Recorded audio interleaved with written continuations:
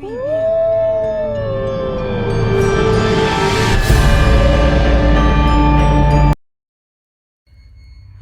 वालेकुम, नमस्ते, सत श्री अकाल, हेलो एवरीवन। आइए सुनते हैं रगों में खून जमा देने वाली एक बेहद खौफनाक और डरावनी कहानी, भयानक राज। बारिश का मौसम मेरे लिए खुशखबरी बन कर आता है। मैं ऐसे मौसम में अपनी कार लेकर अक्सर लॉन्ग ड्राइव पर निकल जाता हूँ। ये अगस्त का महीना था और अगस्त में तो वैसे ही लगातार बारिशें होती हैं। ये इस महीने की पहली बारिश थी। कुछ देर तो मैं घर पर ही बारिश एंजॉय करता रहा, मगर फिर अपनी गाड़ी लेकर नामालूम रास्ते की तरफ निकल पड़ा। मेरी गाड़ी वीरान और सुनसान सड़क पर दौड़ रही थी। जहां तक नजर जाती खेत ही खेत थे। कुछ दूर 2-4 मकान भी थे, मगर मूसलाधार बारिश की वजह से वो बहुत धुंधले दिखाई दे रहे थे। इस मूसलाधार बारिश में मुझे इस वीरान और सुनसान माहौल में बहुत मज़ा आ रहा था। मालूम नहीं मैं कितनी देर ड्राइविंग करता रहा, बस अपने मज़े में मस्त, आसपास से बेखबर वीरान सड़कों पर गाड़ी दौड़ाता जा रहा था। मुझे ये मालूम नहीं था कि मैं किस तरफ जा रहा हूँ। मैंने आसपास नज़र दौड़ाई। छोटी मोटी पहाड़ी टीलों का सिलसिला शुरू हो गया था। मेरी गाड़ी ज्यों की त्यों चली जा रही थी। एक नामालूम जगह पर मैंने सड़क के किनारे गाड़ी रोक दी। मैं काफ़ी ऊंचाई पर था। नीचे गहरी खाइयाँ थीं। बारिश अब भी जारी थी और इस मौसम ने यहाँ का समा और भी खूबसूरत बना दिया था।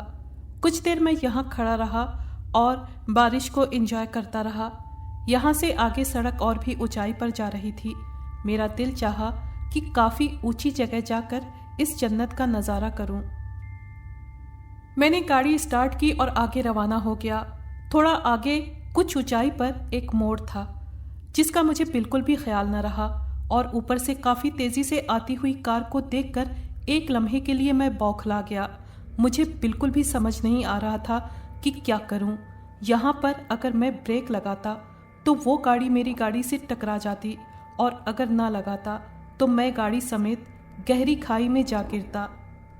मैंने घबराहट के आलम में स्टीयरिंग घुमाया। मेरी गाड़ी काफ़ी रफ्तार के साथ साइड पर पड़े हुए एक बड़े पत्थर के साथ टकरा गई। दूसरी गाड़ी आकर मेरी गाड़ी की पिछली तरफ टकराई और उड़ती हुई खाई में जा गिरी। मेरी गाड़ी ने 1-2 कलाबाजियां खाईं और कुछ दूर तक सरकती चली गई। मुझे काफ़ी चोटें आई थीं। सर से खून का फव्वारा उबल पड़ा था। मुझे बिल्कुल भी यकीन नहीं आ रहा था कि मैं जिंदा बच गया हूँ, वरना मैंने तो अपनी मौत साफ तौर पर देख ली थी। कुछ देर तक मैं यूं ही गाड़ी में फंसा रहा और मेरी आंखों के सामने अंधेरा छाने लगा।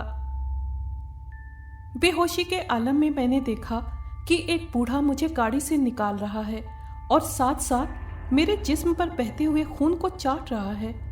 यह सच्चाई थी या ख्वाब, मुझे बिल्कुल भी मालूम नहीं। जब मुझे होश आया तो मैं एक झोपड़ी जैसे कमरे में पड़ा था। एक बूढ़ा और एक बुढ़िया मेरे पास बैठे हुए थे। बूढ़े की शक्ल देखकर मुझे कुछ याद आया। ये वही बूढ़ा था जिसने मुझे गाड़ी से निकाला था। उन्होंने मेरे जख्मों पर मरहम पट्टी कर दी थी। मुझे होश में आता देखकर वो बूढ़ा मेरी तरफ बढ़ा, मुझे सहारा देकर बिठाया और गर्म दूध का एक प्याला मेरी तरफ बढ़ा दिया। मैंने वो दूध पी लिया, जिससे मेरे जिस्म में थोड़ी बहुत ताकत आ गई। क्या मैं आपका नाम जान सकता हूँ? मैंने बूढ़े की तरफ देखकर पूछा। मेरा नाम अब्दुल मालिक है और ये मेरी बीवी अम्मारा है, उसने बुढ़िया की तरफ इशारा करते हुए कहा। शाम होने वाली है, मैं तुम्हारे लिए खाने का बंदोबस्त करता हूँ। ये कहकर बूढ़े ने अपने घुटनों पर हाथ टेक कर उठने की कोशिश की। ज़्यादा परेशान मत होइए, जो कुछ आप लोग खाएंगे मैं भी वही खा लूँगा। मैंने बूढ़े को रोकने की कोशिश की। नहीं बेटा, परेशानी किस बात की? तुम तो हमारे मेहमान हो और मेहमानों के साथ तो ऐसा सलूक नहीं किया जाता ना कि उसे भूखा सुला दिया जाए। कोई बात नहीं, वैसे भी मुझे भूख नहीं है और दूध तो आपने पिला ही दिया है। नहीं बेटा, ऐसा नहीं हो सकता। तुम घायल भी हो, तुम्हारा बहुत सारा खून बह गया है। खाना तुम्हारे लिए बहुत ज़रूरी है ताकि तुम जल्दी ही सेहतमंद हो सको। मैं आपका एहसान जिंदगी भर नहीं भुला सकूंगा। मैंने एहसानमंद नज़रों से उन्हें देखा। एहसान किस बात का? ये तो हमारा फ़र्ज़ था, और सबसे बढ़कर तुम हमारे बेटे की तरह हो, और अपनी औलाद पर माँ बाप एहसान नहीं करते, बल्कि ये तो उनका फ़र्ज़ होता है। ये कहते हुए वो बूढ़ा और बुढ़िया उस झोपड़ी जैसे कमरे से निकल गए। मैं दिल ही दिल में बहुत खुश था। बड़े अच्छे लोग थे, मेरे लिए इतना सब कर रहे थे। मैं उनके एहसानों का बदला किसी भी तरह नहीं चुका सकता था। लगभग 1 घंटा ऐसे ही गुजर गया। 1 घंटे बाद वो बूढ़ा कमरे में आया और कहने लगा, खाने का इंतज़ाम हो गया है बेटे, अम्मारा खाना बनाने में बिजी है। जैसे ही खाना तैयार होगा तीनों मिल बैठकर खाएंगे। थोड़ी देर बाद खाना आ गया। खाना क्या था, बस भुना हुआ गोश्त था, और वो भी इतना सारा कि एक बड़ा सा देगचा भर गया था। इतनी थोड़ी देर में आप इतना सारा गोश्त कहाँ से ले आए? मैंने अचानक पूछ लिया। मेरी ये बात सुनते ही बूढ़े को खांसी शुरू हो गई, और उसके संभलने से पहले ही बुढ़िया बोल पड़ी, ये हिरन का गोश्त है। जख्मी हिरन था, इसलिए जल्दी ही आसानी से हमने उसका शिकार कर लिया। वैसे पहले कभी तुमने हिरन का गोश्त खाया है? बुढ़िया ने मुझे गौर से देखते हुए पूछा। जी नहीं, मैंने जवाब दिया। ये पहली बार होगा जब मैं हिरन का गोश्त खाऊंगा। बहुत ही लजीज गोश्त है, तुम खाना शुरू करो। बुढ़िया ने गोश्त का एक टुकड़ा मुंह में चबाते हुए कहा। मैंने भी गोश्त का एक टुकड़ा उठा लिया था और खाना शुरू किया। वाकई बड़ा लजीज गोश्त था। इससे पहले मैंने इतनी लज्जत किसी और गोश्त में नहीं देखी थी। मेरे मुकाबले में वो बूढ़ा और बुढ़िया काफ़ी तेज़ तेज़ उस गोश्त को खाते जा रहे थे। हालांकि वो बूढ़े थे और मैं सेहतमंद। उनके मुकाबले में मेरे दांत काफ़ी मजबूत थे, मगर फिर भी वो उस गोश्त को ऐसे चबा रहे थे जैसे किसी च्युइंगम को चबा रहे हों। मैंने गोश्त के 2-4 टुकड़े ही लिए थे, बाकी का सारा गोश्त वो दोनों हड़प कर गए थे। ऐसा लगता था जैसे वो दोनों बरसों के भूखे हों। ज़्यादा देर बैठे रहने से मेरी कमर में दर्द होने लगा, तो मैं लेट गया। बुढ़िया ने वो खाली देगचा उठाया और बाहर जाने ही वाली थी कि ठोकर लगने से थप से ज़मीन पर आ गिरी और माथे पर चोट लगने से खून निकल आया। वो बूढ़ा उसे सहारा देकर बाहर ले गया। बाहर अब अंधेरा फैल चुका था। मैं काफ़ी देर उनका इंतज़ार करता रहा, मगर उन दोनों में से कोई भी दिखाई न दिया। कुछ देर बाद एक लड़का और एक लड़की कमरे में आ गए। दोनों की उम्रें लगभग 25 साल की होंगी। लड़की के माथे पर जख्म था जिस पर पट्टी बंधी हुई थी। कौन हैं आप लोग? उनके अंदर आते ही मैंने बेसाख्ता पूछ लिया। अरे बताया तो था दिन। लड़की ने उसे कुहनी मारी तो लड़के की बात अधूरी रह गई। मेरा नाम निगार है और ये मेरा शौहर शकील अहमद है। वो बूढ़ा और बुढ़िया जो दिन को आपके साथ रहे थे वो मेरे सास ससुर हैं। वो दोनों कहाँ चले गए हैं? मैंने पूछा। यहाँ से कुछ ऊपर काफ़ी बड़ा जंगल है। वो दोनों वहाँ पर रात को पहरा देते हैं और दिन को हम दोनों, ताकि कोई भी आदमी पेड़ काट कर न ले जाए। आप लोगों ने खाना खाया है? मैंने एक बार फिर पूछा। हाँ, हम खाना खा चुके हैं और बहुत थके हुए हैं, इसलिए आराम करना चाहते हैं। और तुम भी सो जाओ, सुबह को मुलाकात करेंगे। कमरे के दरवाजे के करीब आग का अलाव जल रहा था और यही अलाव कमरे में रोशनी का कारण भी था, मगर ये अलाव अब धीरे धीरे मद्धम होता जा रहा था और थोड़ी देर बाद बुझ गया। कमरे में हर तरफ अंधेरा छा गया था। वो दोनों मुझसे थोड़े फासले पर शायद सो रहे थे। काफ़ी देर तक मैं यूं ही जागता रहा। फिर न जाने कब मेरी आंख लगी और मैं सो गया। सुबह सवेरे ही मेरी आंख खुल गई। मैंने उठकर आसपास नज़र दौड़ाई। कमरे में मेरे अलावा कोई दूसरा न था। वो लड़का और लड़की शायद जा चुके थे। थोड़ी देर बाद वो बूढ़ा और बुढ़िया भी आ गए। बूढ़े के हाथ में एक टोकरी थी जिसमें बहुत सारे फल मौजूद थे। बेटा, हम तो रोज़ाना सुबह यही फल खाते हैं। अगर तुम्हें किसी और चीज़ की ज़रूरत हो तो मैं उसका भी बंदोबस्त कर देता हूँ। बूढ़े ने टोकरी मेरे करीब रखते हुए कहा। मैंने आपको कल भी बताया था कि बिलावजह तकल्लुफ़ मत किया करें। जो कुछ आप लोग खाएंगे मैं भी वही खा लिया करूँगा। ठीक है बेटा, हम तो चाहते हैं कि तुम्हें यहाँ कोई तकलीफ़ ना हो, बूढ़ा मेरे पास बैठकर कहने लगा और पास ही बुढ़िया भी आकर बैठ गई। बुढ़िया के सर पर भी पट्टी बंधी हुई थी, जिस तरह रात को उस लड़की के सर पर बंधी हुई थी। और हैरत की बात ये कि उस लड़की का जख्म भी उसी जगह था जहाँ पर इस बुढ़िया का था। मैंने टोकरी से एक सेब उठा लिया और खाने लगा। यहाँ तक कि उन्होंने मेरी हर तरह से खिदमत की। ये दिन भी गुजर गया। शाम होने में अभी कुछ देर बाकी थी।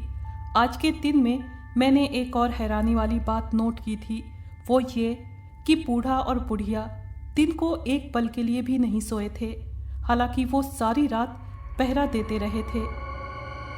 और आज मेरा उनके साथ दूसरा दिन था। इन 2 दिनों में मैंने उन्हें जरा सी देर के लिए भी सोते हुए नहीं देखा, यानी उन्हें जागते हुए लगातार 2 रातें और एक दिन, जबकि आज दूसरा दिन भी गुजर गया। अब ये दोनों बूढ़ा बूढ़ी मुझे कुछ रहस्यमयी से लगने लगे थे, मगर वो बराबर मेरी खिदमत किए जा रहे थे। मेरी तबीयत अब काफ़ी हद तक ठीक हो चुकी थी। मैं उठकर चल फिर सकता था। इस वक्त वो बुढ़िया और बूढ़ा कमरे में नहीं थे। मैं यूं ही टहलता हुआ बाहर आ निकला और आसपास का जायज़ा लेने लगा। ये झोपड़ी काफ़ी ऊंची पहाड़ी पर बनाई गई थी और इस झोपड़ी के बैक साइड बहुत बड़ी बड़ी चट्टानें थीं। मैं उन चट्टानों के करीब चला गया। उन चट्टानों के बीच में एक सुरंग जैसी गार थी। मैं उस गार में दाखिल हो गया। अंदर दाखिल होते ही बदबू के फबके मेरी नाक से टकराए। मैंने अपनी नाक पर हाथ रखा और थोड़ा आगे चला गया। अंदर का मंजर मेरे होश उड़ा देने के लिए काफ़ी था। एक तरफ इंसानी खोपड़ियों का ढेर लगा हुआ था और साथ ही और भी बहुत सारी हड्डियां पड़ी हुई थीं। अचानक बाहर से मुझे किसी के कदमों की आहट सुनाई दी। मैं जल्दी से उस सुरंग जैसी गार से बाहर निकल आया और उन चट्टानों के पीछे छिप गया। वो बुढ़िया और बूढ़ा इसी तरफ आ रहे थे। बूढ़े ने अपने कंधे पर कुछ उठा रखा था। जब मैंने गौर किया तो वो भी एक इंसान था जो शायद बेहोश था। अचानक मुझे एक ख्याल आया तो डर की एक लहर मेरी रीढ़ की हड्डी में दौड़ गई। क्या ये आदमखोर हैं? हाँ, बिल्कुल ये आदमखोर थे। तभी तो बूढ़े ने इतना भारी वजन उठा रखा था, वरना इस उम्र में तो इंसान से चला भी नहीं जाता। गार के करीब पहुंचकर उस बूढ़े ने उस आदमी को नीचे फेंक दिया और मेरे देखते ही देखते उसकी शक्ल बदलने लगी। उन दोनों की शक्लें बदल चुकी थीं। अब बूढ़े और बुढ़िया के बजाय वहां निगार और शकील अहमद खड़े थे, जो कल रात को झोपड़ी में आए थे। बड़ी हैरान करने वाली बात थी, दिन को बूढ़े और रात को जवान। मुझे ये चक्कर बिल्कुल भी समझ नहीं आ रहा था। डर से मेरा दिमाग माऊफ होने लगा था। मेरे लिए अब उन दोनों से छुटकारा पाना ज़रूरी हो गया था, क्योंकि मैं 2 दिनों से उन आदमखोरों के चंगुल में था और मालूम नहीं ये किसी भी वक्त मेरी तिक्का बोटी करके खा जाते। मेरी समझ में नहीं आ रहा है तुमने उस लड़के को क्यों अपने कमरे में पाल रखा है। ये निगार की आवाज़ थी, वरना हमने तो कभी अपने शिकार को इतना नहीं पाला। मुझे भी कोई शौक नहीं उसे पालने का, मगर उस लड़के का खून बहुत लजीज है, बहुत टेस्टी है और बरसों बाद मेरी ज़बान ने ऐसा जायका चखा है।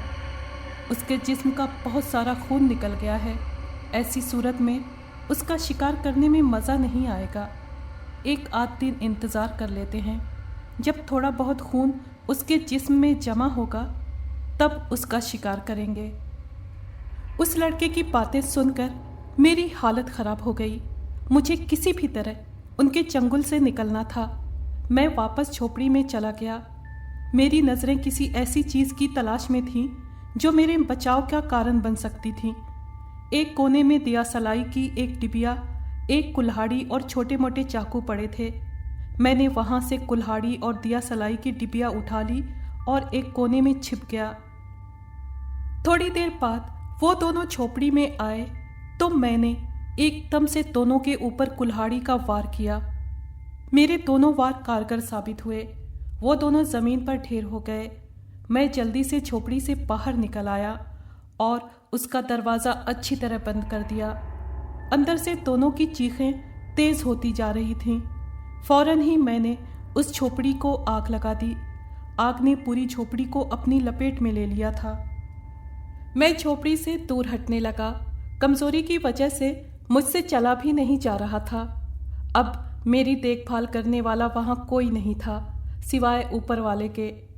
वो दोनों मेरे मेहरबान भी थे, मगर उनका काम इंसानियत के खिलाफ था। झोपड़ी धड़ाधड़ जल रही थी और आग के शोले आसमान से बातें कर रहे थे। फिर थोड़ी देर बाद वहाँ सिर्फ राख का ढेर नजर आ रहा था, जिससे थोड़ा बहुत धुआं उठ रहा था। अगर आपको ये कहानी पसंद आई है तो प्लीज़ लाइक और शेयर करें और कमेंट बॉक्स में अपनी राय का इजहार कीजिए। अगर आपने हमारे चैनल को अभी तक सब्सक्राइब नहीं किया है तो प्लीज़ सब्सक्राइब कर लें और बेल आइकन को प्रेस कर दें ताकि आने वाली हर कहानी का नोटिफिकेशन आपको मिल सके। शुक्रिया।